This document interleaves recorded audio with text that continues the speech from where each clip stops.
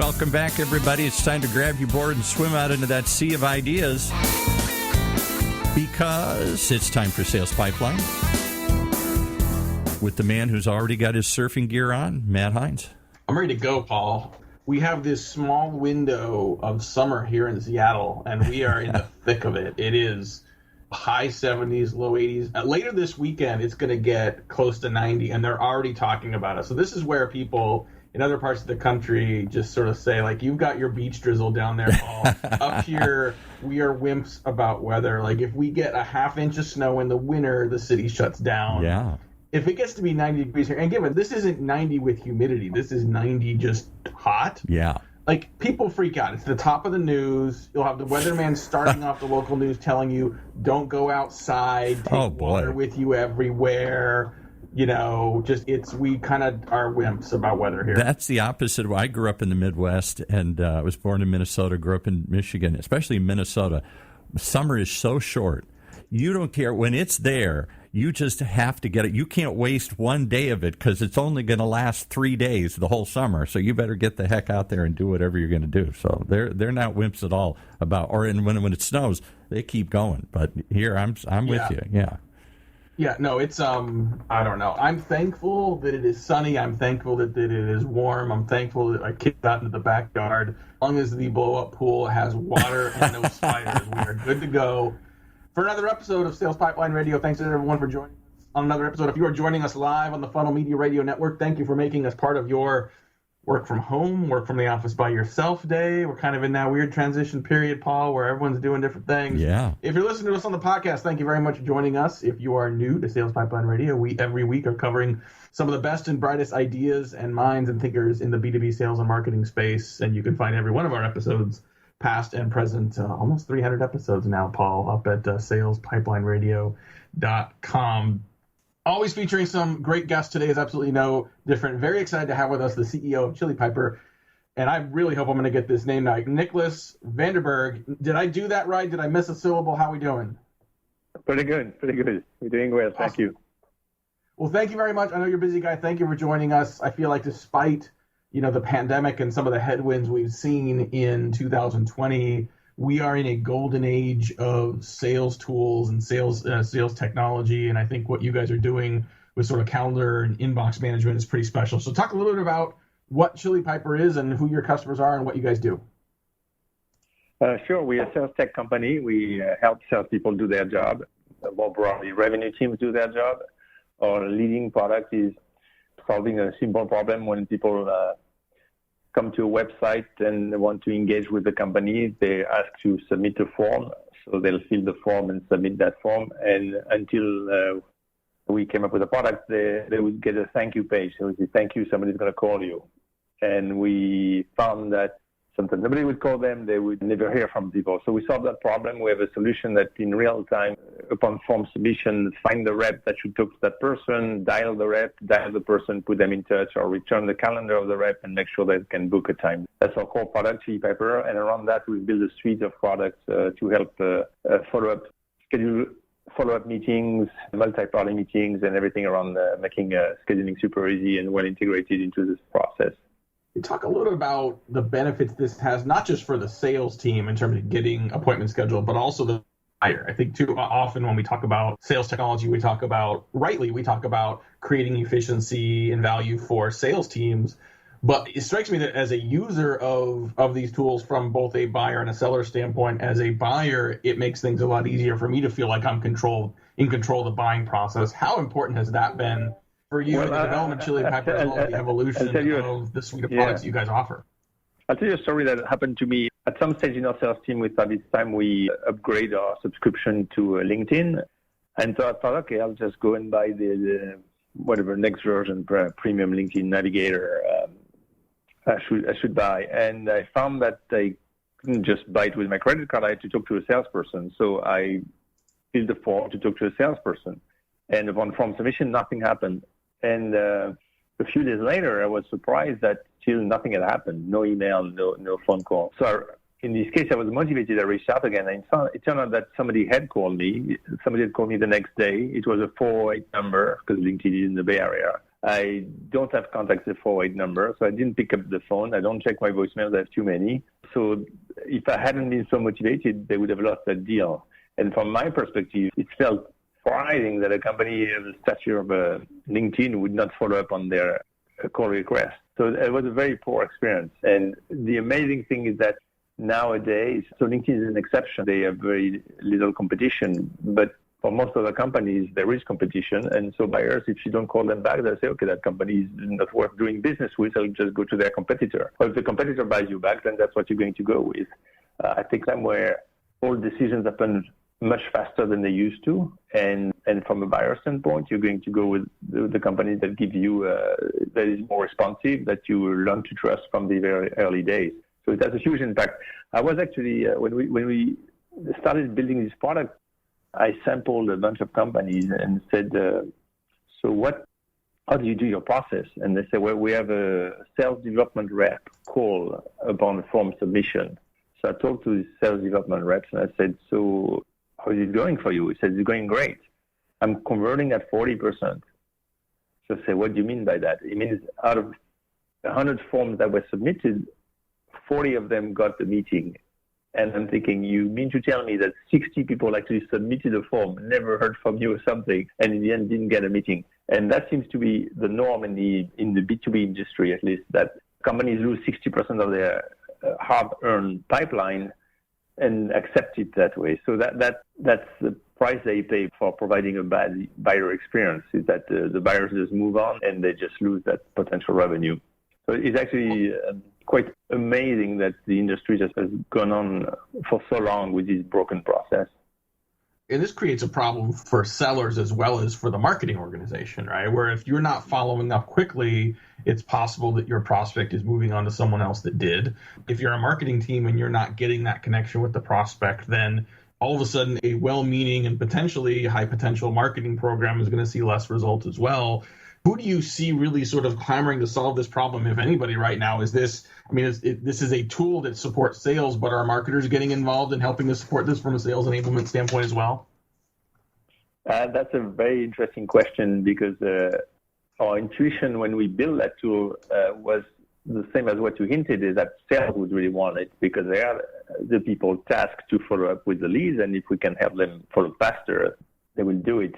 It turned out to be the opposite. It turned out that it's marketing who was in the driving seat in procuring our solution. It seems that sales is used to their process and they happy continuing their own sweet way, where marketing is now more and more measured on pipeline as opposed to just leads, right? So it's no longer sufficient for marketing to say, hey, I gave you 100 leads this week. It's these leads where they qualify, where they pipeline.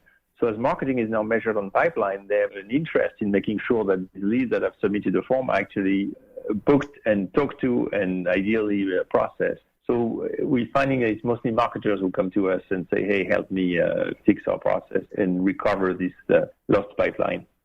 Talk a little about the places where this is useful. So I think a lot of people are used to having some automated scheduling tools in various formats. A lot of times it's being done in an email back. And so you're eliminating sort of this back and forth in email of, well, what's your schedule like? No, I can't do that. And so in terms of scheduling something with an prospect in email, that's one thing. But this has extensions beyond that. What are some other places like events, live events, and other places where this can really streamline the connection process? Yeah, events is another great example. And obviously nowadays there aren't many events, but same thing applies. You know, when companies were sponsoring trade shows, they would send 10, 20, 30 people at Dreamforce, say, and then they come back, they would have scanned badges. And when you scan badges, then you have to do all sorts of steps to email these people whom you scan, trying to re-engage with them. So what we told them is say, hey, don't do that. Don't scan badges, just book the meeting on the spot. And they said, well, we can't do that because we have to decide who to route and who to give it to and how to qualify. And that's what we built in our software, the ability to qualify and route in real time. So we have a solution where if you go to one of our customers' booths at, say, Dreamforce, you'll immediately be able to book a meeting right on the spot and receive the invite on your iPhone while you're talking to the person. All the aspects are throughout the life cycle of a relationship, you find that meetings are crucial, and the ability to book a meeting super easily in just one click makes a difference. So most of our customers start with their inbound process, like I mentioned on the website. We help them book the net new logos.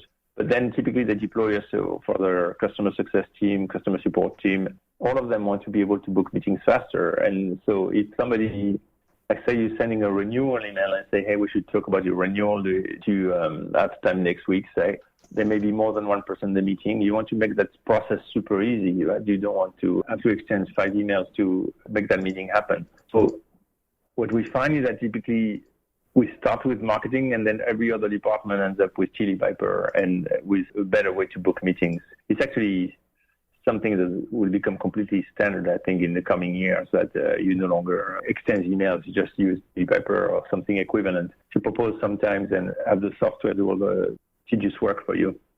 Hey, we got to take a quick break, pay some bills. We'll be back with more with our guest today, CEO of Chili Piper, Nicholas Vandenberg. We're going to be talking more about making sales teams more efficient, talking about lessons from a lifetime of entrepreneurship and more. We'll be right back on Sales Pipeline Radio. How do you continue to drive predictable revenue in an increasingly unpredictable time? Creating a revenue growth engine is no small task, nor is it one that can be done overnight. And these days, it can feel harder than ever to hit your stride. So how can you overcome the obstacles? Read the new research report on the state of predictable revenue growth from 6 Sense and Heinz Marketing. Get it now at hub.6sense.com/PRG. That's hub.6 sense.com/PRG. Okay, back with Matt and his guest.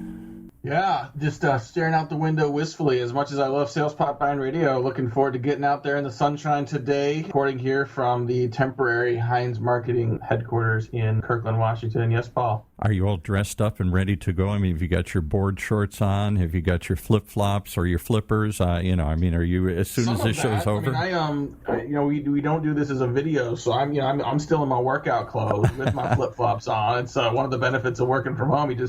You do what you got to do, especially in the summer, just to get a little comfortable. But I know we just got a few more minutes with our guest today here, CEO of Chili Piper, calendar and inbox tools for high-performing revenue teams, Nicholas Vandenberg.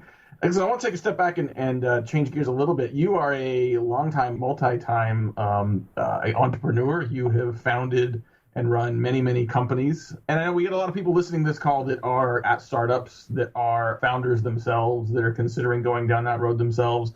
Would love to get some advice from you on what you've experienced, the good, the bad, the ugly, and sort of, for people that are going down that road that may not have the at-bats you've had, what kind of advice you'd give them? Indeed, I don't know about many, but yes, it's my 4th company, and then it's some exits. There's a great quote from Paul Graham, the YC Combinator guy, who says, only thing that kills startup is not making something that users want. And the biggest mistake that entrepreneurs make is not trying long enough.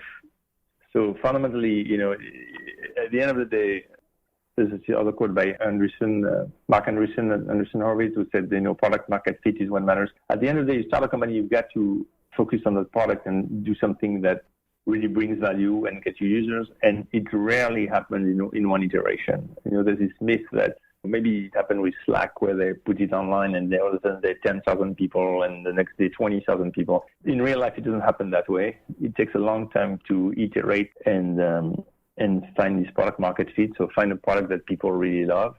And that is the key to every company, every successful company, is to be willing to spend the time and the attention and listen to the feedback until you get that product to really work. The rest, once you have a product that works, there's always a way to bring it to market. And you can listen to your podcast and learn all the great techniques on how to bring it to market, and you can learn that. But the foundation is to get that product working. And I think what often people don't do is spend enough cycles on it. So iterate enough. You always want to keep improving it.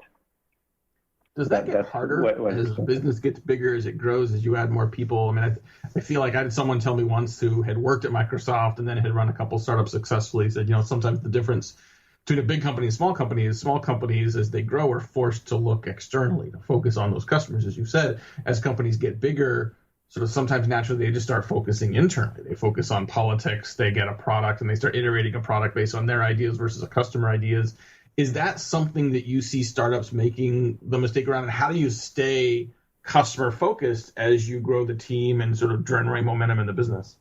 You're exactly right. That's the reason why there are opportunities for startups like us to be successful. It's because it's big companies that get involved in this complex decision process and they get lost.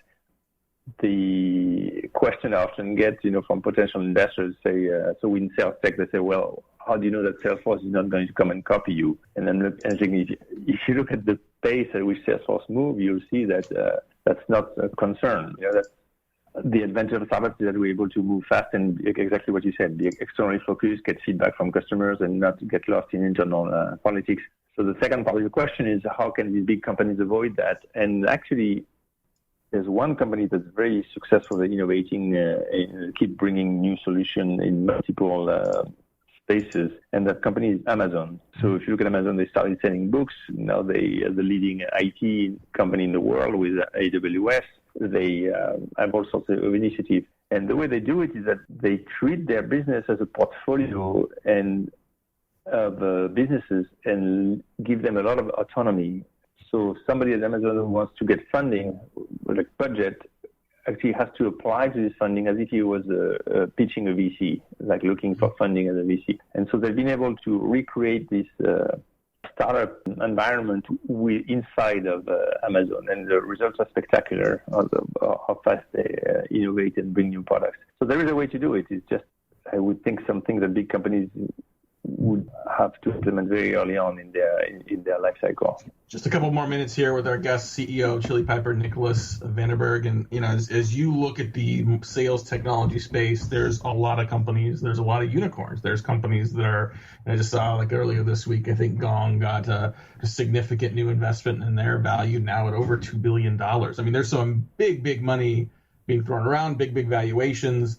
Do you think we'll see more consolidation in this space? Do you think we'll continue to see growth and innovation in new areas? What do you see over the next sort of 1 to 2 years in sales technology? The latter, the growth and innovation. There are a lot of problems that need to be solved in the sales and marketing processes. There's a lot of ideas, and there's a fundamental difference now versus 10 years ago, and that is that everything is cloud-based and integration can be done very easily. That is a process called OAuth, where an application asks another application to have access to the other application's data, right? So that's how you connect. That's how we connect with Salesforce, for example. And that OAuth process is just 2 clicks away. So if you sales operation somewhere and you need multiple tools to do different things, it's super easy to make them work together because of this new process, OAuth, in the cloud. So as a result, every solution gets somebody, some startup focused on, and the startup is going to come up with a better solution. So Gong is a better solution for call intelligence, right? You get the reporting. And then we are a better solution to book meetings that will later lead to that call. And there's another solution. And you can very easily put all these things together. So as a result, there's a lot of innovation. And I think we'll see more and more. The consolidation, if it happens, will be much later. This has been a different year than I think we all thought it was going to be. It's been impressive to watch sort of Chili Piper's continued growth, and I think probably maybe even a heightened level of need at a time when a lot of sales channels have changed and been cut off. And so we're looking for ways to create greater efficiency between buyers and sellers. As you look back at this year so far, I think we've been asking this question of a lot of our guests sort of at the end of our interview here is, what's one thing that since March, since we've all kind of been in lockdown, that you miss, that you can't wait to go back to doing or experiencing? What's maybe one thing that you don't miss, that you're not going to go back to, that you're not going to make part of your new normal? You mean in general or in the business?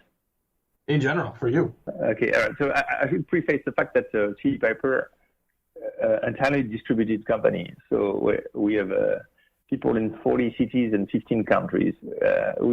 Starting in 2016, we didn't think that the virus would hit, but it turned out we were prepared. So we're very used to that operating model where everybody works from a different place and we all collaborate online. So from a business standpoint, that we're missing nothing. It's business as usual. From a personal standpoint, what I miss the most is restaurants. I love going to restaurants. You sit down, you hang out with people. And the fact that you have to order food, or now they've opened a few restaurants outdoors and things like that, I think it's a part of life. And maybe it's my French origin that I'm very tied to food. But I do miss these nice summer evenings, when you can just have a nice drink and you don't need to wear a mask and you can just hang out with people in these beautiful restaurants enjoying food. That's what I miss the most.